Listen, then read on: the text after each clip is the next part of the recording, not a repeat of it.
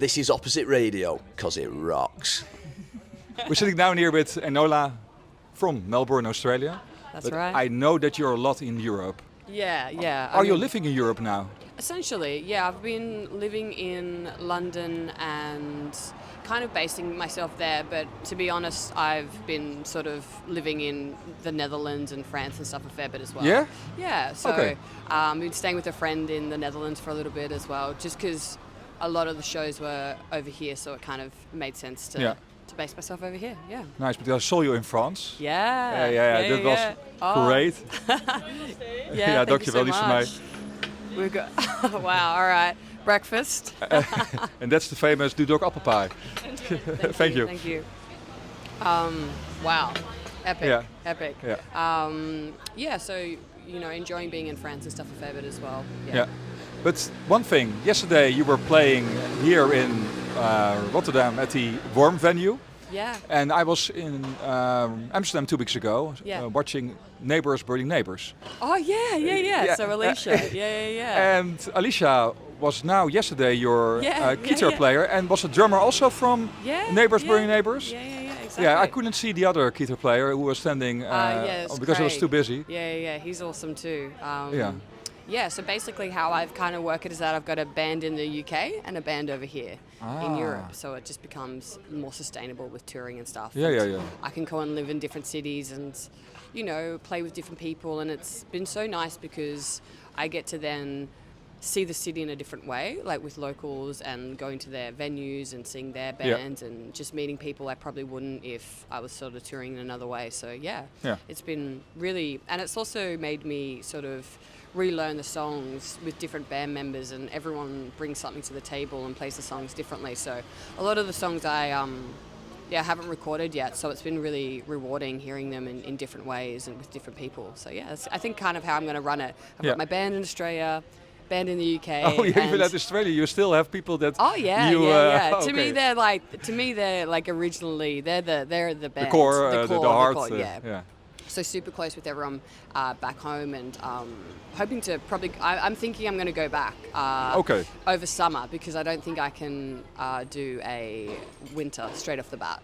Yeah, because it's summer in Australia during the Christmas period, and then you have less shows here, and there are more shows there. That's right. Yeah. And because I also DJ and stuff, so. Oh, cool. Yeah. It'd be nice to go over for summer and be able to hit the ocean and like that's really cool. Yeah, all of that. I can imagine. It's like summer to summer kind of vibe is my vision. Yeah, and then like here and there. Yeah. That's it. Seems cool. But is your DJ name also ENOLA then? No, it's Lona. So it's like a side sort of, it's interconnected with ENOLA. Yeah. I've actually got some tracks coming out really soon with that. More house or techno? Yeah, it's like kind of like 90s rave. Oh, cool. Kind of influenced hard house. Yeah, like kind of stuff. Yeah. I've actually got some vocals in it too. So it's like... you could use your own... other people need to sample or... So it is... So you recognize it as being connected to ENOLA. Like there's a song that I'm releasing that's got like a breakbeat kind of pattern, and it's got... It's more electronic, but it's... I could probably put it out as an ENOLA song, but for me it's more in that project. I'm excited about everything that I kind of got going on with that. That's just been sort of cooking under the scenes for the last little bit. Yeah. And will be what I kind of focus on for the last 3 months of the year once I finish up the shows here with ENOLA. So you intend to release it, let's say, in I'm Australia, when you're back in Australia? Yeah. I'm going to release it in November. I got the masters back yesterday, so we're good to go. Cool. I'm looking forward to that, but you also had a new track out coming soon as ENOLA yourself. Yeah. So I've got an EP coming out, actually. I was going to sort of take on an album, but it was a bit chaotic to get that done. And I had these sort of 3 or 4 songs that all had a certain like tone to them, and they were all exploring ideas of like longing, lust, love, desire, all those sorts of things that I haven't covered. I've covered a bit, but not hugely with ENOLA. And when I had the opportunity to put an EP together, I thought what would be really cool is to like get all those songs that for me it's like when I hear songs it's like a color, like I see sort of colors with it, and they're all like tones of red, I guess, for me. And like as a paintings, like they all need to sit together to kind of make sense. So it's going to be a little bit more, I guess, stripped back or softer, like maybe like sort of in the park of like Interpol or like cigarettes. More I Miss You kind of slower? Yeah, like slower, you know, and more electronic as well. So like the openings, you know, the opening's just an electronic sort of synth, and then the ending song is way more electronic as well, and the two in the middle. That makes sense a bit, because It's Only Love was already a bridge bridge. That's why I did to it that EP. To that. Yeah. So I kind of did that as a... because people think it's also something more new, but really it's actually how I started with ENOLA, which was producing way more electronic stuff by myself. And then I started playing shows and then started performing with people and really loved that experience. And then the sound kind of like transformed into like way more of a, you know, a band kind of sound. So it's really going back to the roots of it, really. And yeah, so it's like Cigarettes After Sex, kind of like, it'll be soft. And then the album that I'll do next year will be way more, you know, a bit of everything. So, you know, it'll be kind of covering, it'll have some more heavier kind of punk noise stuff in it, and it will have some softer stuff on it.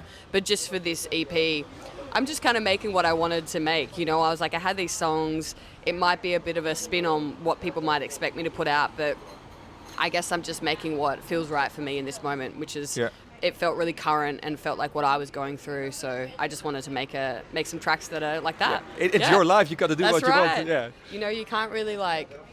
Yeah, I think you should just make what excites you and what you're passionate about. And for me, it's like this right now. So yeah.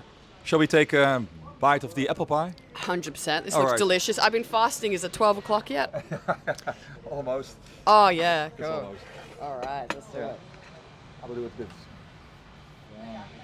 Wow. Great way to break my fast. Oh, that is amazing. It's good, eh? Mm-hmm. Yeah, it's really fun. Would I be able to get another coffee? Yes, can I grab just like a black coffee? A black coffee? Yeah. Yes, Awesome. of course. May I ask, where is this from? Oh, yeah. She's a musician. She's playing here at the Left of the Dial Festival. Oh, okay. And she's from Australia originally, and she's now living most of the times during half of the year here in Europe. Okay, and half of the year in Australia. Pardon? And half of the year in Australia? Or? Yeah, so living over here but from Australia. So I've been on tour since about April, so I kind of just base myself over here because it's easier to... I was in London for a fair bit, but most of my touring's been in like France and Netherlands and stuff, so it's like... I do prefer living... I'm trying to move to Amsterdam actually. Oh, okay. Yeah, because I think it's a bit more... It's busy and there's like really great scene, but it's not as like brutal as London. Yeah. You know, London's like kind of can kick you around a bit, you know. Where I feel like lost. But I feel like there's enough happening because I like to be in a busy city, but also there's enough of like community and people are like still willing to like invite you to things and like to, you know, sort of take care of you a little bit more. Than London, everyone's like doesn't have time for you, you know. In a way, not so much my experience, but like that feeling. You feel it in the city that, you know, everyone's trying to get somewhere. It's such a the quality of life of trying to like your own business. Yeah. And you're interviewing her. Yes, I'm doing a blog and now also trying to put more out also on YouTube in the end. Starting again, because 20 years ago I did a lot of interviews, and now there's only my first after those 20 years. Oh, okay. So, and your name is ENOLA. ENOLA. Okay, I will remember. Okay. Thank you for your input. Yeah, I was like, I wanted to. I haven't tried apple pie since being in the Netherlands, and I was like, all right, today's the day. Actually, Dudok is famous for the apple pie. Yeah, that's why I was like, I've got to try it here. You know? I hope you're right. All right, thank you. Yes. Yes, definitely. No. So good. Thank you. But also another thing, when I saw you, live, and of course I read your lyrics already because in time when you songs are popping up in your head, then you listen to it and then you learn the lyrics from listening, but also, well, you want to actually see what you were saying if it's according to what you hear. In particular, It's Only Love. It seems like when you were on stage in Paris, that it was like method acting, or was it for real? It seems like all the emotion was put into those songs. And I, in general, have this feeling with you that every word that you put out, is it also how it is actually? Yeah. Yeah? Yeah, 100%. Yeah, definitely. I mean, even when I write, I don't write from anyone else's experience except my mind. Yeah. Like, except my experience of it. So, like, you know how some people are, like, really great storytellers and sort of their lyrics. They hear something here in a cafe or restaurant. Yeah, and they sort of write, where for me it's all just very, like, personal. Yeah. So, yeah, I think I'm someone who really tries to be in the moment and be really present with what I'm singing about. Because then I think, like, that really resonates with people, that authenticity of like kind of meaning what you say. Like, it hits differently, you know? Yeah. So yeah, it's all very, it's just the way it comes out. It's just very sincere. Because is it then that you mind discussing any of the lyrics then? Sure, Because it's only love. Yes. It seems moving in every direction. One time it seems like, absolutely. See, people assumed it's like a romantic love that I'm talking about, but I'm actually talking about a dynamic for me personally, family. But it's basically about how we stay in relationships that no longer serve us, out of a sense of maybe responsibility or guilt or being bound to someone in some way. And it's not the love that keeps you together. Yeah. It's something else. And I think that can be often the case. I mean, obviously with romantic relationships, but I think in family situations, I think that applies then more to it. You're right. Exactly. Yeah. So we stay in things, or we tolerate things, or we accept things that we maybe wouldn't, out of, not maybe knowing a better way or something like that. Yeah. So, it's more like struggling to, like, have boundaries and stay in things, and questioning, is it love am I coming from a place of love, or am I coming from a place of fear, or not knowing how to move in another direction? Yeah. Yeah. And so that's probably why, because when it got released, I saw some of the reviews, people presumed it was romantic.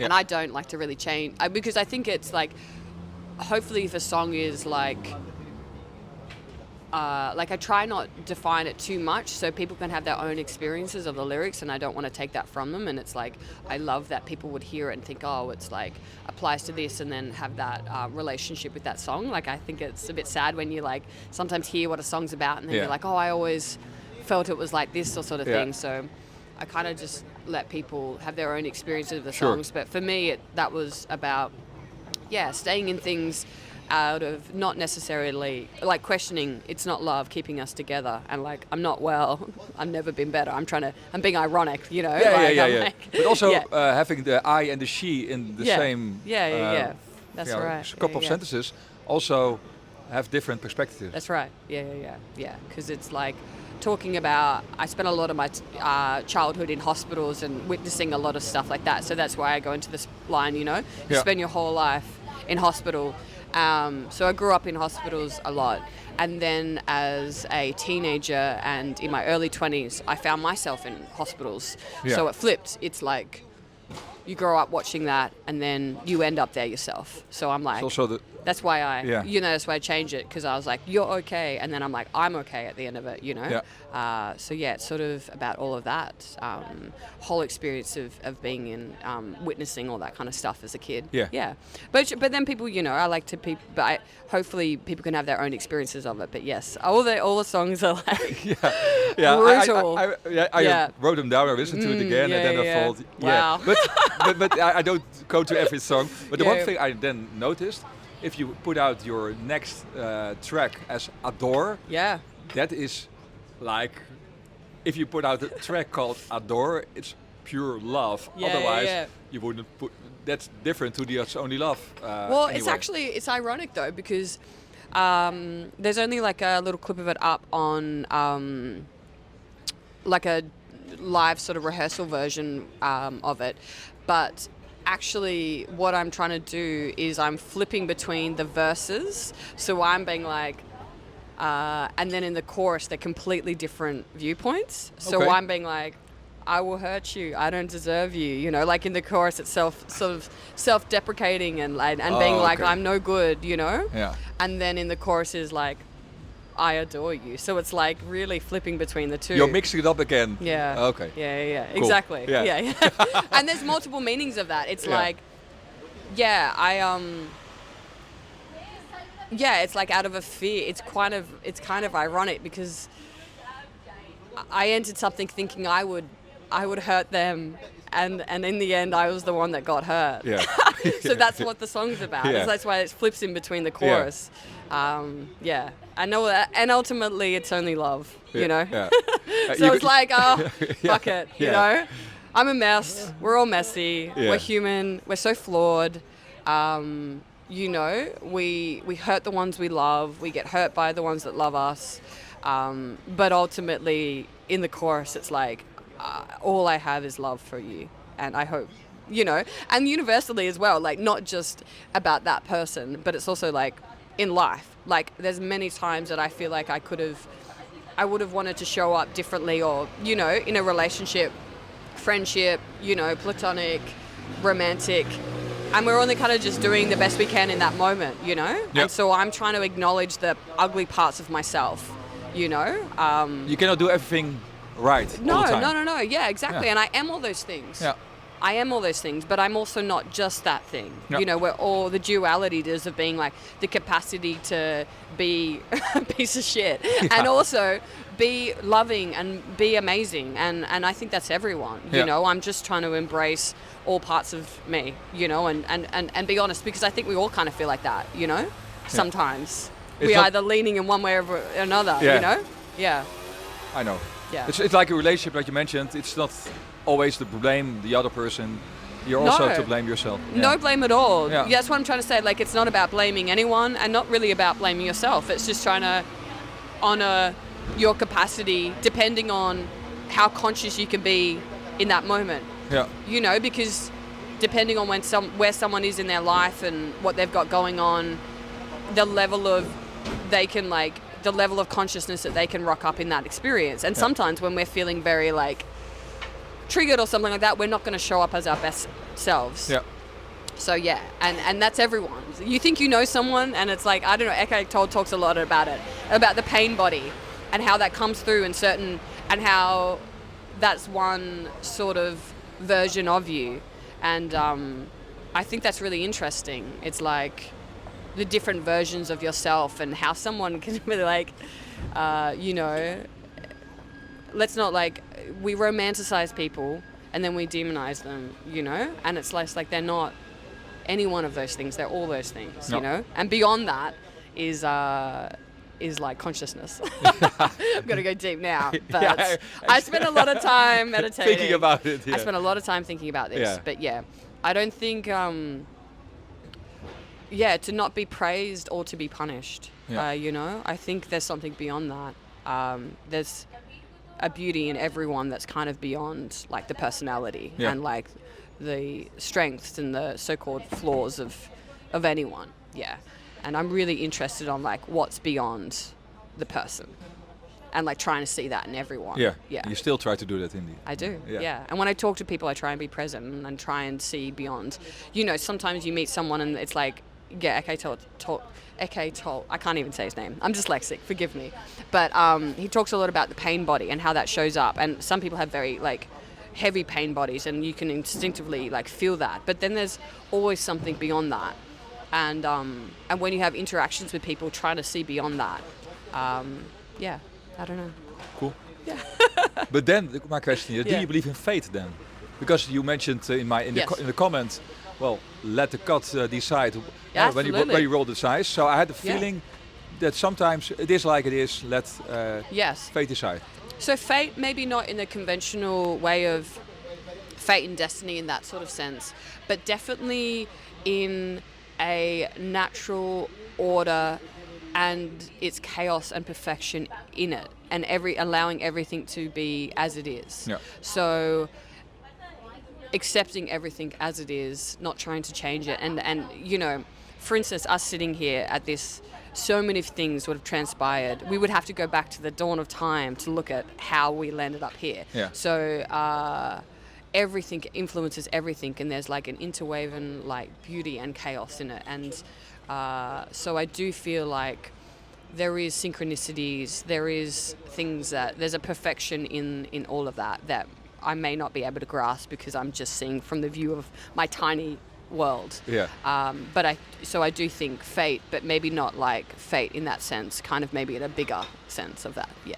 Yeah. Yeah. Not so much of the personal sense, but I was listening this morning to a Buddhist podcast, and there was basically this quote about like sort of every snowflake falling perfectly as it should. Like there is an order in everything that's like quite beautiful. And so, yeah, I think there's some sort of like maybe fate in that. But like, yeah. It's not religion, fate, but more faith in yourself and how it evolves, everything. It's not like a religious fate, and it's not even a personal fate. It's not like from the viewpoint of my life and, oh, it was fate, you know. No. I think that kind of does exist, and I think if you, like Jung's sort of thing of synchronicity, and I think the more you can kind of like be mindful of that, you might see more of that, and I think, so I do believe in that, but I'm talking more about like a natural way of everything arising and dissolving and like in a constant state of like impermanence, and how there's like a fate to that. Like the inner workings of the world is like all happening. Oh God. It was the apple pie. It was the apple pie. I've literally had too much coffee, and I was meditating this morning and listening to a talk, and that's probably all I'm going to talk about. But that's honestly all I talk about. Every single song, it's all about that. It's all about impermanence, the nature of suffering, clinging, desire, longing, and all of that. It's pretty much every song is a different version and of everybody that. can relate to that because it's universal, as you say. That's right. Yeah. You know, so hopefully, because it's like you're discussing universal experiences. So hopefully that resonates with some people. Yeah. That's what I mean. Yeah, because like, you know, it's like when even these songs, right, I'm talking about it from my personal experience of love, loss, desire, longing, that whole thing. And it's like, it's coming from my personal experience about it. But the songs are, sure, they're about my version of that. But hopefully it's just like, I'm trying to write songs that everyone, because everyone's experiences those things. So like, you know, that's the thing. I think a great songwriter, I'm not saying I'm a great songwriter, but I'm saying great songwriters take the very personal and make them universal. You know, it's just like, they're usually saying it from a very like personal viewpoint, but then they're saying it in a way that's like, oh fuck, I feel that, you know, you know, and that's what makes it land with so many people. That's like what makes it resonate, and that's what makes it a song last, is because you know, so many people can relate to that, and it's said in a way that like really lands, and you know, maybe in a really poetic or straightforward way, but whatever it is, it's like a lot of people can relate to that feeling of how it's summed up, you know. Cool. Today is your final show at the Left of Down. It is final day show in the Netherlands, and then I'm off to Cardiff to do it's SWN Festival. I'm not going to try and pronounce it and also get it wrong. Quite a big festival, eh? Yeah. I read about it. Yeah, excited to play. The lineup is beautiful. Yeah, I read the lineup, so I noticed the names. Yeah. I really want to check out a band called Night Bus. They're great. Night Bus. Okay. So hopefully I can catch their set, but like English teacher playing, and cool. you know, lots of really great bands. And I think quite a few bands that are playing this festival are... Also, I noticed that there are 5 or maybe even 10, a group of bands was playing here and there. Playing there, So I'll be getting on that Eurostar very bright and early tomorrow to make my set time. It's going to be chaotic. It's a very long day. I think I'll be traveling for like 9 to 10 hours. Landing there and basically walking on stage. I've let the festival know, you know, we're supposed to get there a lot earlier, but I've been like, I'm traveling from Rotterdam. I'm going to be, you know, basically walking in and jumping straight on stage. But fuck it, it's like my last show of this whole tour. And then for a couple of months. I don't know what I'm doing, to be honest. I can't say it yet, but there's some pretty significant like supports that I might get back in Australia. So I'm kind of waiting to hear if I get that, because then if I do, I'll head back home. And it's kind of like hit the ground running. Because basically, yeah, so I finished these shows tomorrow. It's like the last show, and I've been playing since April, so it's going to be like It was a lot. Yeah. a lot. And then I've got a few days off. I'm doing my British ceremony because I got approved, so I'm like, Oh, yeah. yeah, I've got to do that. Yeah. And then basically 2 days later, I'm going to Amsterdam. I'm making the EP. Straight off the bat, Cool. because I want to get it done if I'm going to Australia. Yeah. And if I'm going to Australia, if I get this support, I can't say who it is, but it's really like sharp turnaround. Yeah. So yeah, I'm going to have to like basically make the album and then the next day fly back to Australia, and then a few days later might be playing this show.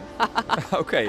Well. So hard Exciting. and fast. Exciting. Yeah, exactly. I'll Yeah. sleep at Christmas. yeah. Probably. Honestly. Yeah, probably. And then there's a South by Southwest Sydney coming on. Coming Yeah, up. yeah, Is that yeah. You're playing there also then? I played that last year. Oh, last year already. Yeah, I played that last year. It's good. It's like kind of cool to have something like that happening over, outside of the world, which is Yeah. great. And I hope that helps with the bands. Yeah. So many great bands and great community back in Naarm and Aurora and stuff like that. So I really hope that it helps And for showcase yourself, those bands. Yeah, for yourself maybe some point South by Southwest Austin. Yeah, I'd love to. Yeah. I'd love to. Yeah. See what happens. Take it as it comes. Yeah. All right. Excellent. Hey, thank you for your time. Thank you for your time. All right. Thank you so much.